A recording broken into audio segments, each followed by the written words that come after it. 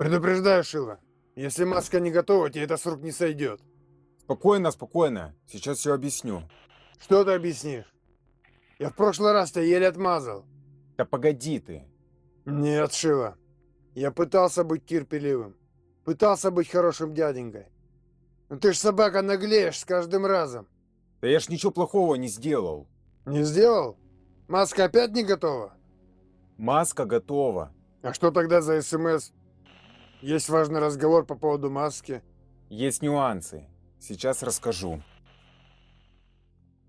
Всем привет, дорогие друзья! С вами на связи прямиком из ЗОО Мика Сталкер.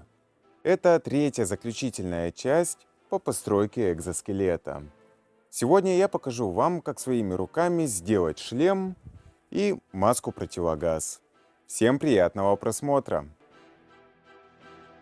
Начали! После долгих размышлений о материалах для изготовления маски, я пришел к выводу, что бюджетная маска-противогаз, предназначенная для страйкбола, идеально подойдет для моих целей. Прототипом для изготовления маски экзоскелета из игры послужила реальная британская модель противогаза S10. По крайней мере, наблюдается значительное сходство между ними. Кстати, существуют две вариации этой маски. Одна очень экономичная, изготовленная из более тонкого пластика. А вторая, как у меня, оснащена более толстым пластиковым корпусом. Маску перед изготовлением крафта я, конечно же, протестировал. Отстрелял ее из страйкбольного привода с тюном 130 28 шаром. Линзы и сам пластик выдержали попадание. В дальнейшем для данного крафта линзы будут взяты именно с этой маски. Для дальнейшей работы потребуются защитные очки газосварщика. Не обязательно использовать именно сварочные очки. Подойдут и очки схожей формы. Главное, чтобы линзы были съемными. Приступаем к формированию правильного вида маски. Для этого, используя термоклей, закрепим очки внутри маски. Бойцы, есть работа! Выдвигаемся! Строительным феном можно будет разгладить неровности, образованные клеем. Сталкер, здесь долг, мы на подходе. Возьмем стеклышко от очков, приложим его к линзе и обведем контур маркером. Чтобы не повредить поверхность линзы во время резки, наклеим на нее скотч. Затем отрежем по контуру. Можно использовать ножовку, но более удобным инструментом будет ручной лобзик. Вижу противника! К бою! При помощи гравера с абразивным валиком обрабатываем края.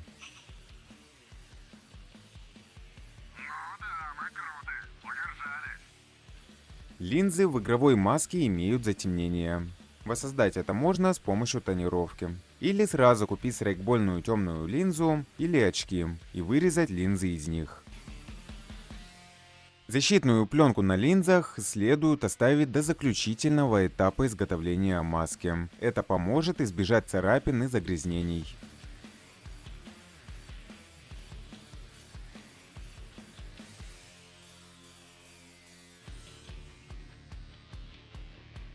Используя небольшой фрагмент жести, я придал форму носовой части противогаза. Затем, обильно используя термоклей, закрепим эту деталь на маске. Он зверье, ему всегда хорошо. Нашел поляну с грибами, тут тебе и стол. А ты таскай на себе паёк, если врить на неделю. Необходимо удалить лишние кусочки пластика с корпуса маски.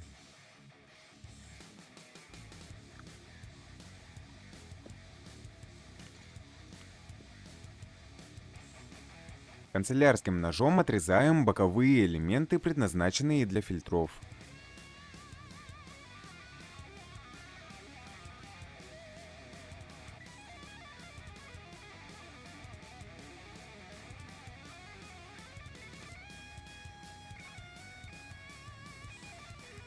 Далее, для дополнительной прочности, обмазываем конструкцию суперклеем и посыпаем содой.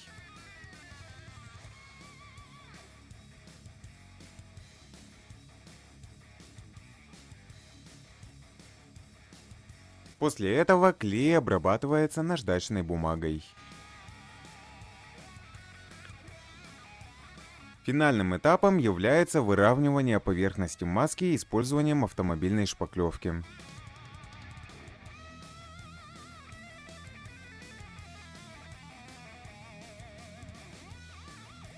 Начинается продолжительный и кропотливый процесс шлифовки маски, плавно уменьшая зернистость наждачной бумаги.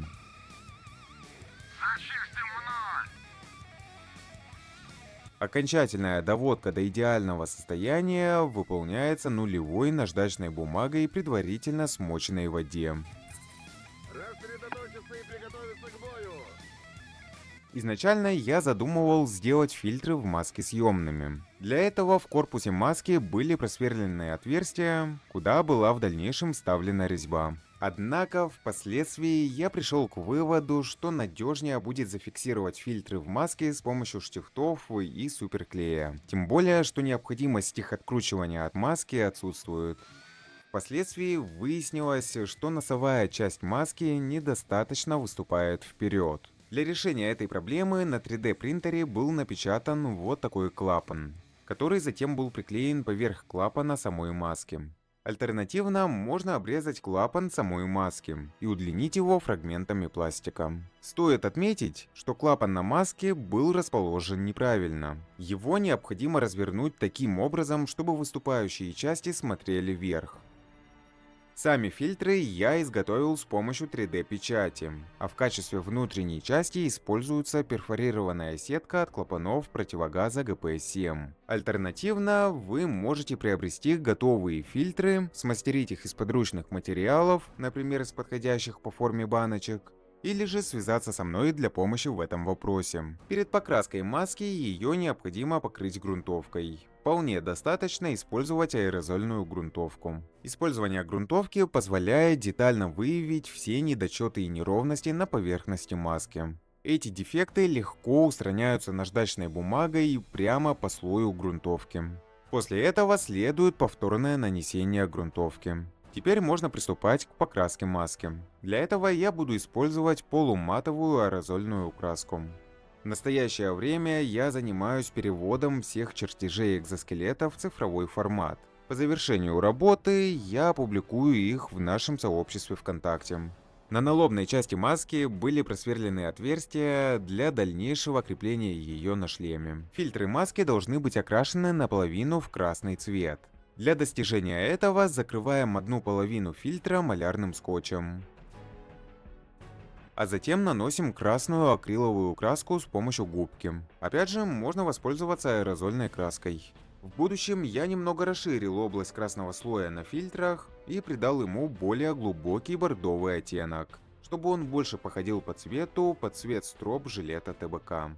С помощью сухой серебрянки нанесу легкие потертости на маску. В игре маска долго имеет практически полностью серый цвет, но не все, что было в игре, выглядит хорошо в реальной жизни. Именно поэтому с помощью серебрянки была добавлена лишь легкая серость маски.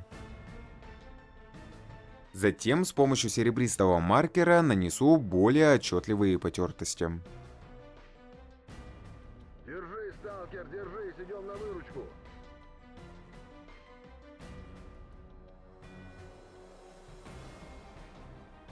Также добавим легкие рыжие пятна окисления на боковые части фильтров.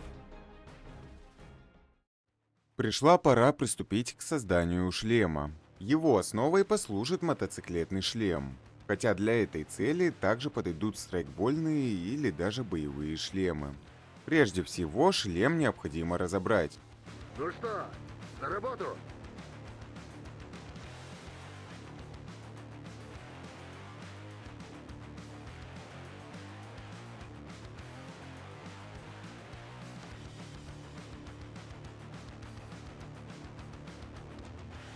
Затем наносим разметку, по которой будет отпиливаться шлем.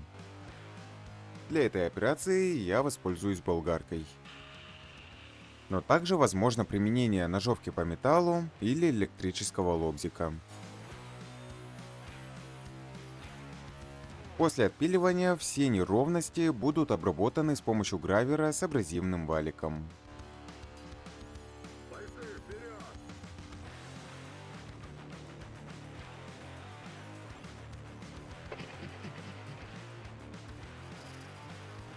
Сверху шлема экзоскелета имеются 4 овальных отверстия. Я просверлил их с помощью коронки для дрели, а потом аккуратно расточил края гравером с помощью абразивного валика.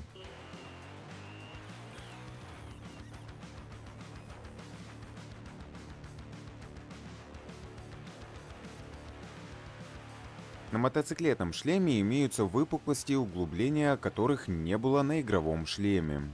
Для их устранения необходимо заклеить отверстия малярным скотчем, а после чего заклеить их с помощью суперклея и соды. Неровности наращиваем также с помощью суперклея с применением соды. Излишки клея удаляем с помощью напильника. Теперь замазываем все неровности автомобильной шпаклевкой.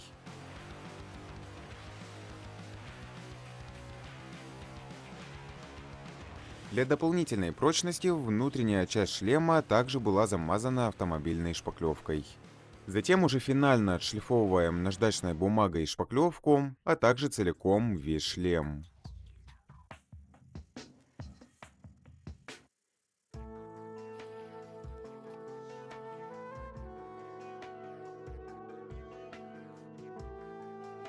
В передней налобной части шлема были просверлены отверстия для последующего крепления маски. По бокам игрового шлема присутствуют наушники.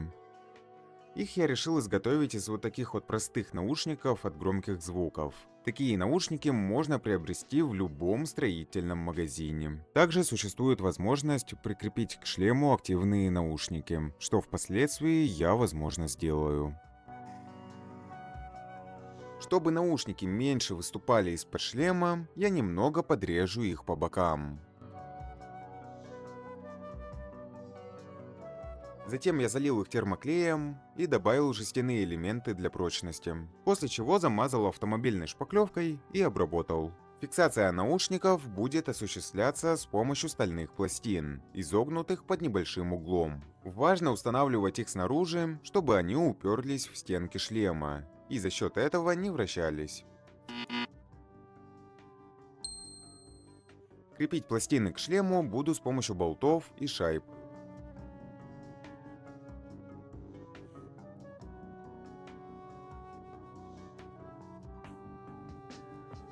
Рядом с наушниками с каждой из сторон просверлим по одному отверстию для головного крепления. С тыльной стороны мотоциклетного шлема с обоих сторон присутствуют вентиляционные решетки. На игровом шлеме их не было, но я решил оставить их на своем, чтобы придать шлему немного уникальности. Следующий шаг – покраска шлема. Крашу шлем той же краской, что и красил маску.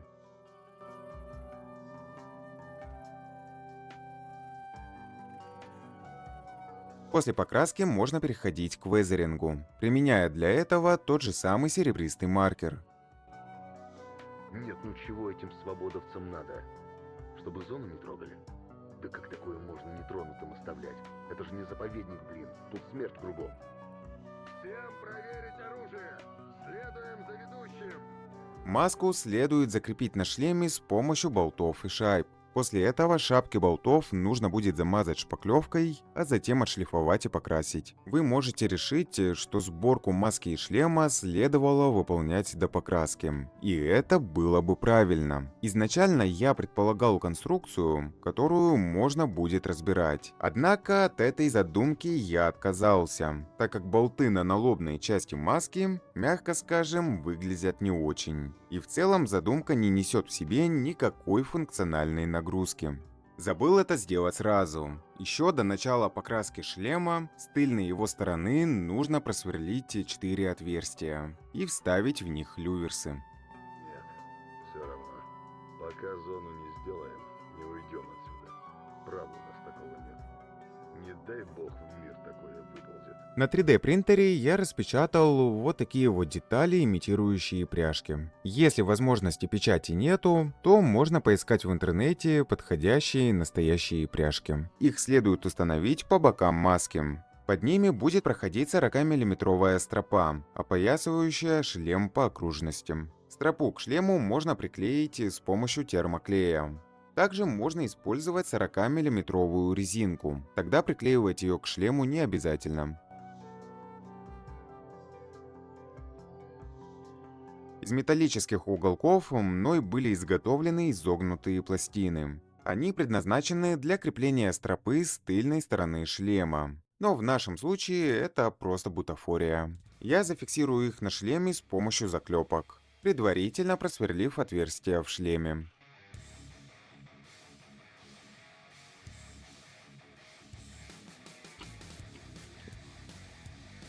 На 3D принтере я распечатал один небольшой аккумуляторный блок. Данный аккумулятор будет располагаться сбоку шлема. Аналогичные аккумуляторные блоки размещены по всему экзоскелету. По 4 единицы на руках и ногах, и 2 крупных аккумуляторных блока размещены на самом модуле. Ранее я упоминал, что подобные аккумуляторы для каждой составляющей экзоскелета могут быть изготовлены из ПВХ-пластика или из фрагментов деревянных брусков. Так что не надо писать в комментариях, что вот у тебя есть 3D принтер, а у нас нету. Ребят, подключайте фантазию, и все у вас получится.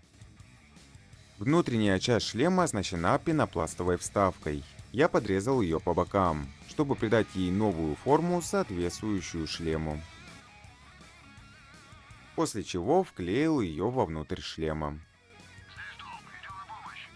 Снаружи через вентиляционное отверстие пенопласт был окрашен черной акриловой краской. В данное отверстие необходимо будет присоединить по паре проводов. Их следует свить между собой в 2 раза.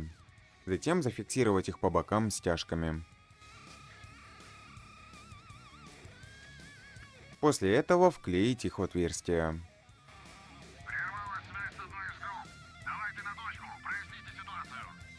На каждую из сторон наушников необходимо приклеить по кусочку какого-либо мягкого материала. Изначально я хотел разместить на шлеме долговские нашивки. Однако позже приняли решение нанести долговские эмблемы непосредственно на сами наушники, что будет придавать шлему еще немного уникальности. Для того, чтобы сделать рисунки менее броскими и новыми, их можно слегка обработать наждачной бумагой, а после этого придать более темный оттенок, используя черную краску. И в заключении наносим на шлем с маской несколько слоев защитного лака.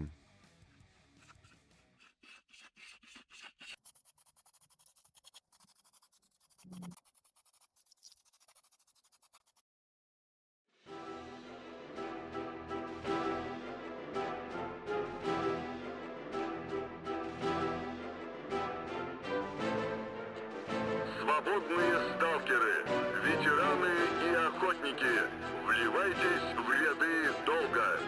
Защитить мир от заразы зоны – наша общая цель и задача.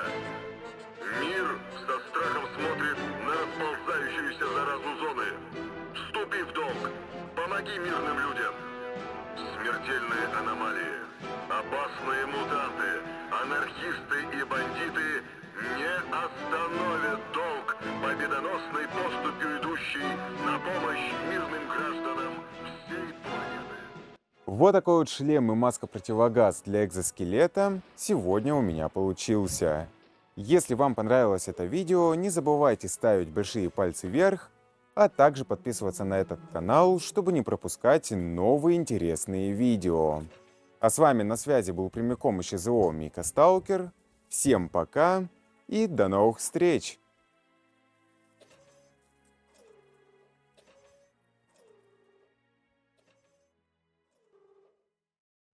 Не, ну нормально. Это не страшно. Маска хороша. Ну, слава богу. Ну что, тогда пока? Нет, я тут немного задержусь. Зачем? Жду кое-кого.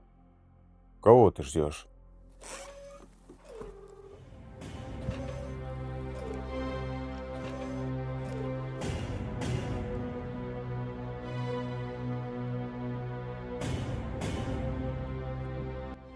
Ты? Не может быть. Тебя же убили. Моя смерть была преувеличена. Зато теперь, благодаря тебе, мы наведем порядок в этом богом забытом месте. Даже не знаю, что и сказать. Помнишь, я тебе говорил, что ты будешь на меня работать? Гром, идем. И смотри, Шила, чтобы никому обо мне не говорил. Иначе вернусь.